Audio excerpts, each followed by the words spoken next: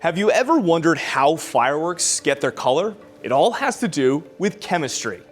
All right, let's go back to high school chemistry. Do you remember the periodic table? As it turns out, different metals create different colors when they burn. Strontium burns as the color red, sodium burns as the color yellow, copper burns as the color blue, and barium burns as the color green. If you combine different elements, you can also get different colors. For example, titanium, zirconium, and magnesium will give you silver, while strontium and sodium will give you orange. There's no need to worry, there's not going to be a chemistry exam. All you need to do is enjoy the nearest fireworks display, and just remember, it always comes back to science.